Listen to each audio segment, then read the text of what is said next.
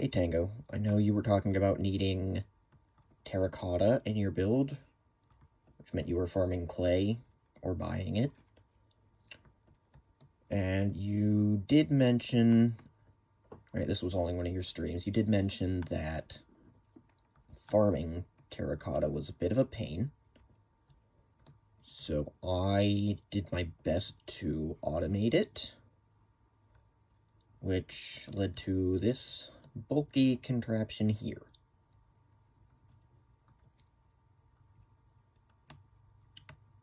We have, right, obviously the player's going to be standing here. Double piston extender down on the bottom.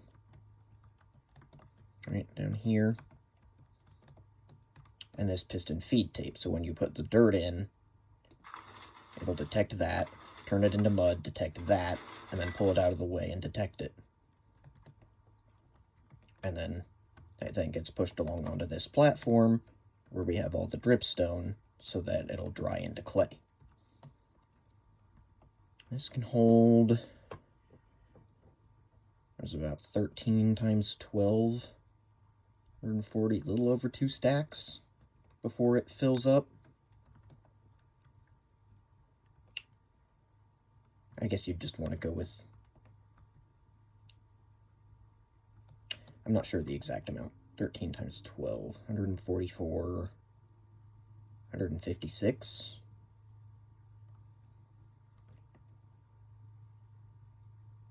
No, that's not right. It's just 6 times 12. 72. That's not actually a lot at once, but you could probably redesign this lower section to like split it into multiple platforms. Like if you had, once it got to the end, half of it got pulled up, half of it got pulled down. You could then move it around in those segments of 3. Or 8, or however far across you bring this. I just have the 6 pistons here.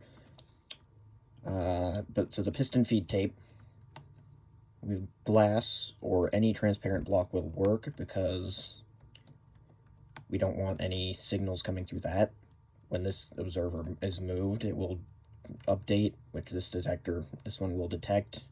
It would power this block and then the redstone, but we don't want that, so transparent block. This observer is meant to, it will power, once it's moved in front of this piston here, it'll power this block and this line down here to power this dispenser, which we have fed with the glass bottles. And that will also power this dispenser down here, filled with glass bottles. This one's filled with water bottles. And then the hoppers below it all just have glass bottles, so that no water bottles come out of that.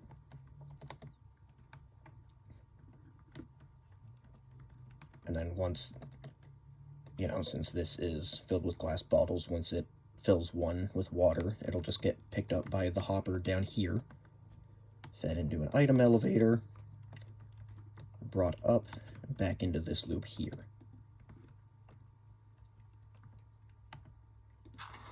Right. And then we have a note block here that fires when the piston down here fires to move everything out of the way, and that just tells you when you can place the next block. Because if you do it too early, it will not work. Right, we're just holding.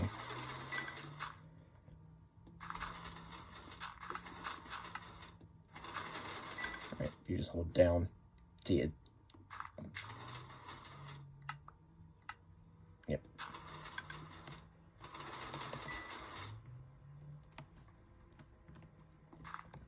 Yeah. So yeah, you cannot just hold down right click, unfortunately. I don't know if there's a way to do it like that. Yeah, pulse extender down here, and just observer into the block, and then sticky piston. All right, if we move that, there's a sticky piston and an observer. so that when the repeater turns on, it spits out the observer. It doesn't do anything with the repeater here. It turns off, it pulls it back, powers the block, powers the piston and the repeater. I just have it on a gold block, so it makes a nice little ding.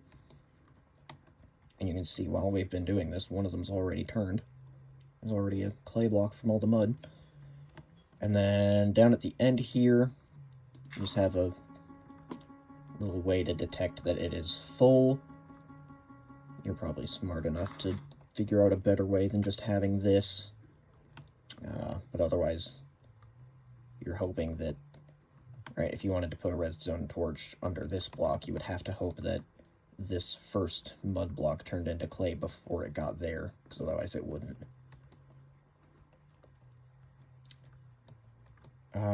But I just wanted to give this to you, see what you thought. Maybe you end up building it, maybe you don't.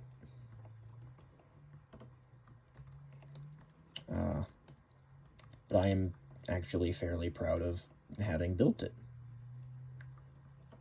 So thanks for taking the time to watch this. I hope that this helps you at least a little bit.